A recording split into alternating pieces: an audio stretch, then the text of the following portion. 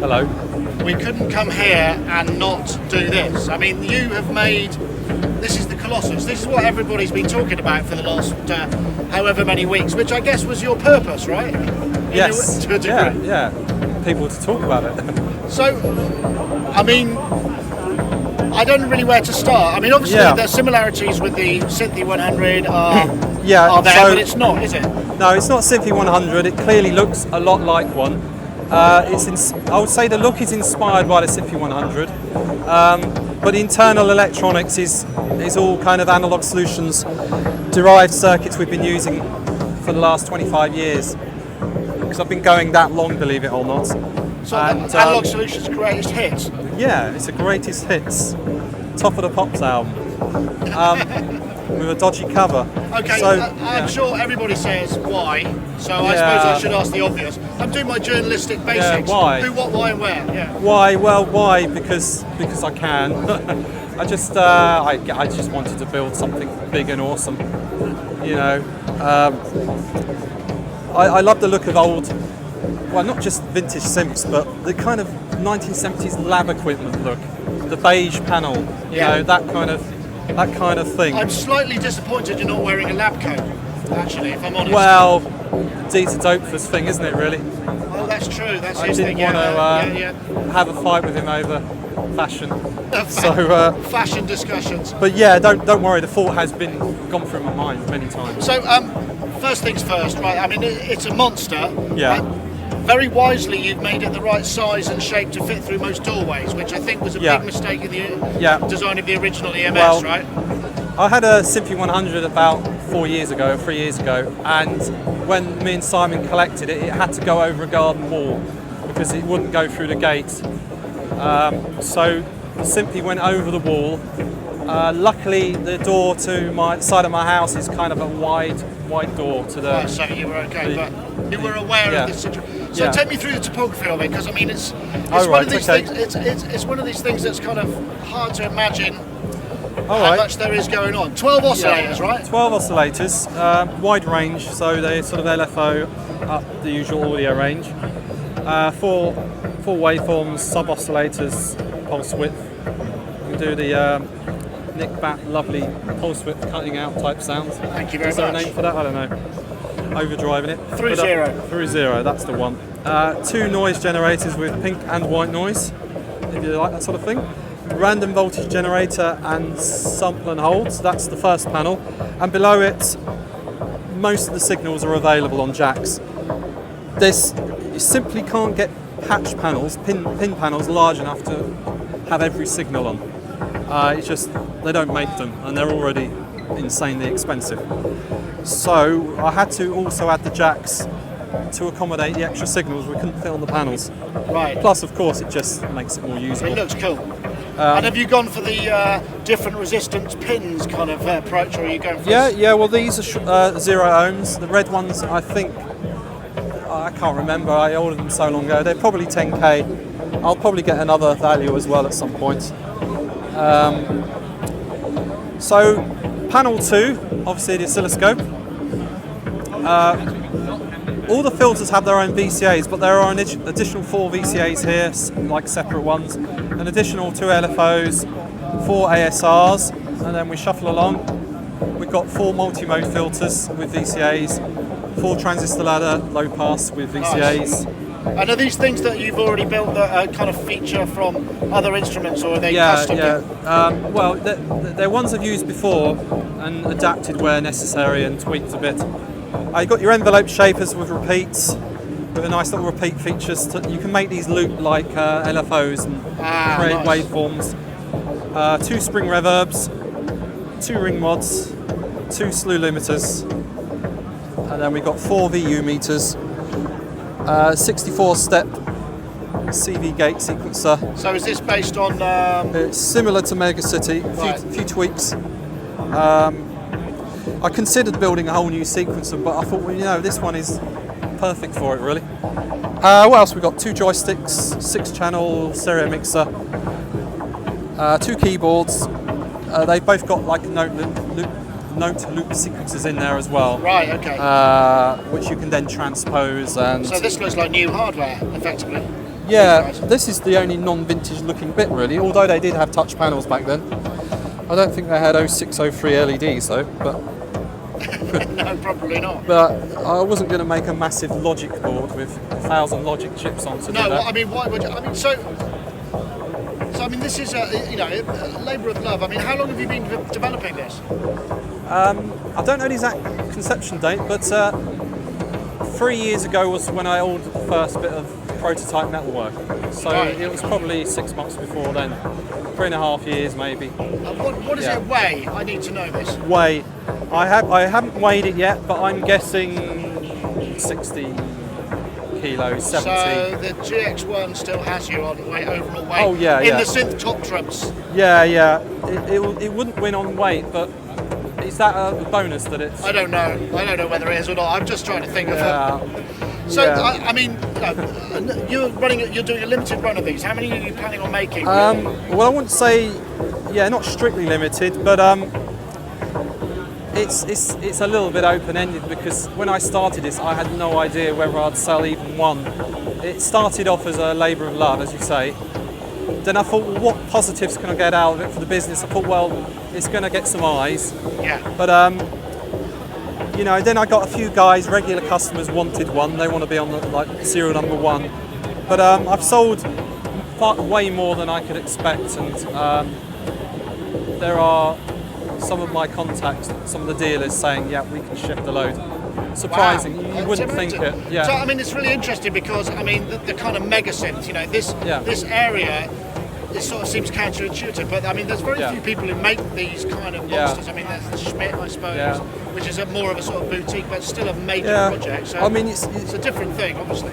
These kind of synths like Schmidt's, and I don't know their numbers, but it's the 50s, 100s, isn't it? I could be completely wrong. I would imagine, yeah. But I would have been pleased if I'd sold just 2 or 3 of these, but I think I'm going to be busy for 3 or 4 years. I suppose, does it make sense? I mean, does it make business sense? I mean, without being too impolite. Absolutely, yeah. Right, okay. But the thing is, I've been doing this for 25 years and made a profit every year, kind of thing. I've been doing something right, and it's not just about coming up with the circuits. I've got massive experience of building. Printing, electronic circuit board ordering, parts ordering, construction, shipping, and there's all this hidden stuff that people don't know about: crating, packing, absolutely. Import and export, and are there any things that, because of the size and the scale of it, are there any things that you've been able to do that you wouldn't normally that made things easier? I think the easiest thing is you're not having to figure out how to fit every little chip on a board that you would with Eurorack or something. You've got to start stacking boards. You can just have it all laid out. There's just spare space. It's lovely. Fantastic. You're not trying to patch like this or turn little knobs. You just, Yeah, I mean, that's the other thing, the size of it. And I'm a big fan of keeping the patch bay away from the control surface. And this is like the ultimate, ultimate version of that, isn't it? Yeah, that adds extra complication to the design because you've got to get the signal from where the circuits are but it's all stuff that I've done. So I mean, we aren't getting into any patching examples, but this sort of background we can hear is a combination of the thing. So the oscillators, I'm curious about those as well. What are they taken from a specific synth that what's the closest relative? The oscillators are the only part of they're like the Curtis chips on the oscillators, and that's all the other circuits are like completely discrete.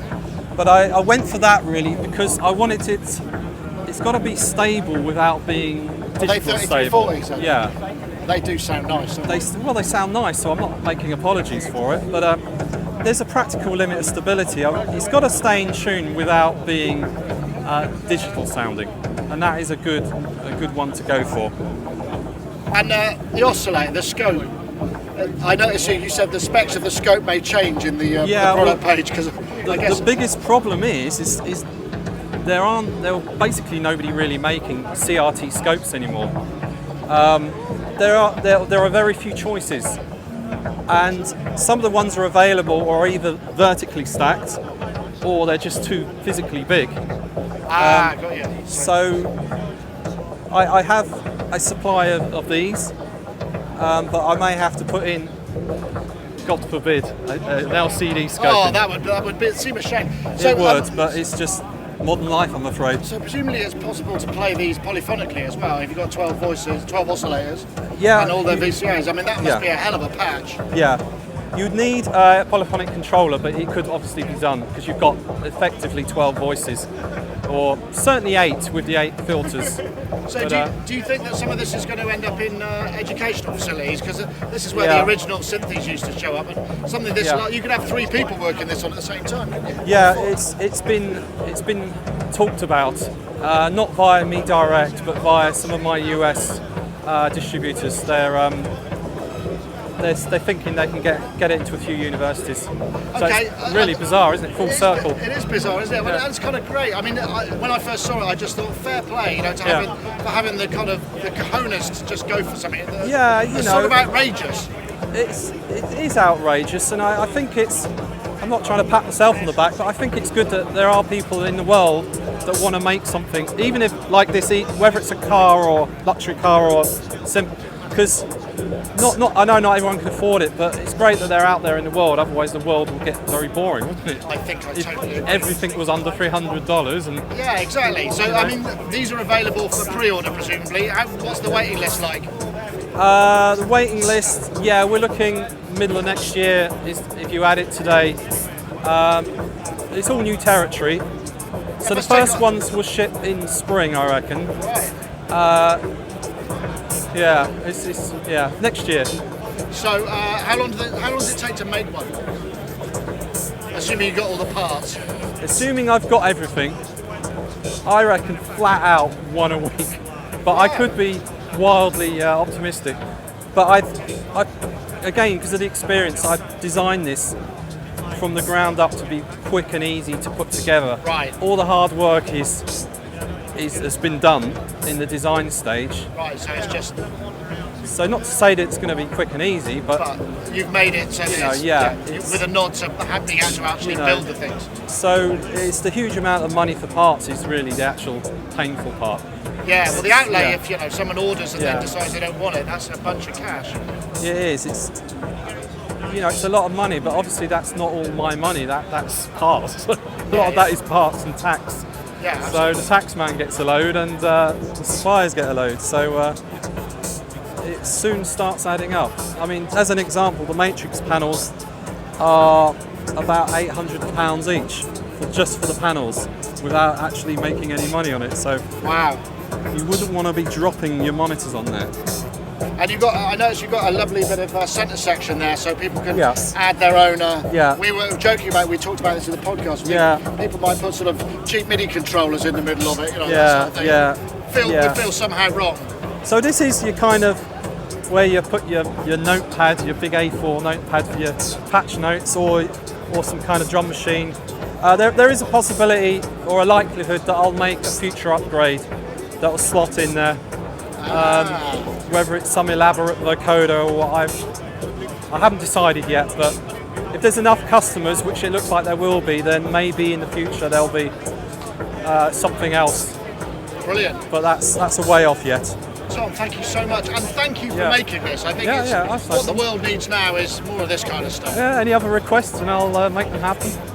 Cheers, mate. All right, thank you, bye-bye.